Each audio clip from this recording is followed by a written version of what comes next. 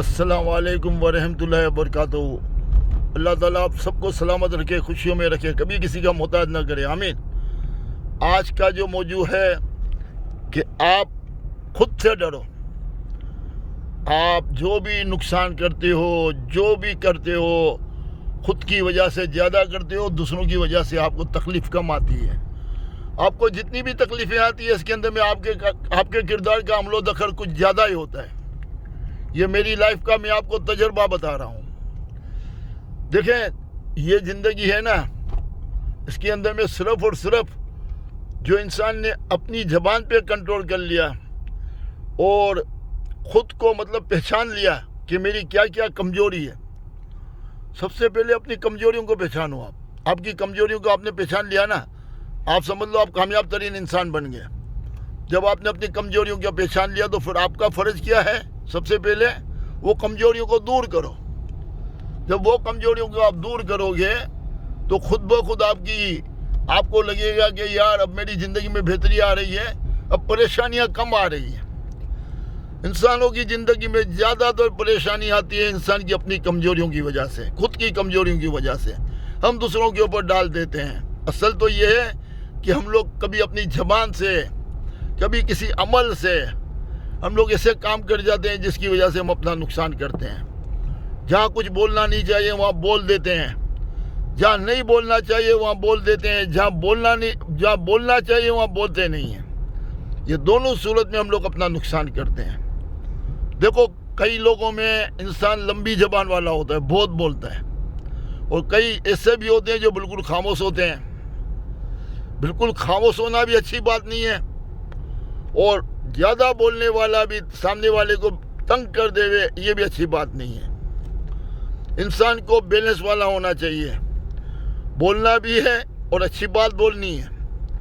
تو جب آپ زیادہ بولنے والے ہو تو خود کو کنٹرول کرو۔ آپ کو سمجھ میں آنا چاہیے کہ آپ لمبی چکنی بہت کر دیتے ہو، سامنے والا آپ سے تنگ آ جاتا ہے۔ اتنا بولو کہ سامنے والا تنگ بھی نہیں آئے اور آپ کی بات کو بھی سمجھ لے۔ یہ آپ کا سمجھنا بہت ضروری ہے، خود کے لیے اور سب کے لیے۔ تو اپنے آپ کو ایسا بنا لو کہ آپ جو بھی بولو وہ اچھے طریقے سے بولو، سمجھا سکو، ٹھیک ہے؟ بالکل خاموش رہنا بھی غلط ہے۔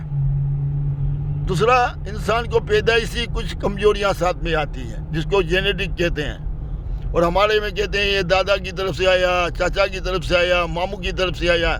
ہمارے یہاں پہلے بزرگ اس طرح کہتے تھے، اور حقیقت میں آتا ہے۔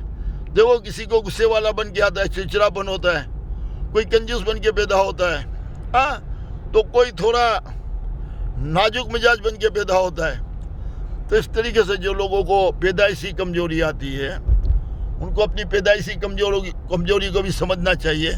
میں اپنی بات کرتا ہوں، میرے میں غصے کی کمزوری آئی تو اس کی وجہ سے میں نے بہت جگہ پہ اپنی غلطی کی وجہ سے بہت غلط کیا، خود کی صحت کو بھی خراب کیا، اور اپنی زبان سے کئی لوگوں کا دل بھی دکھایا ہوگا۔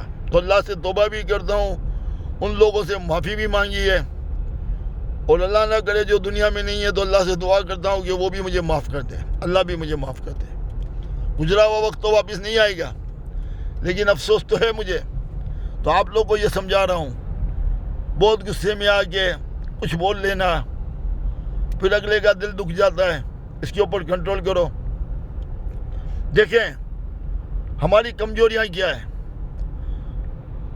کسی کے منہ میں گالی ہوتی ہے، کوئی گالی دے دیتا ہے، کوئی ہر بات میں جھوٹ بولتا ہے، عادت ہوتی ہے، ہر بات میں جھوٹ بولتا ہے، جھوٹ بولے بغیر اس کو چلتا نہیں ہے، یا جھوٹے قصے سناتا ہے، جھوٹے واقعات سناتا ہے اپنی بڑائی کے لیے۔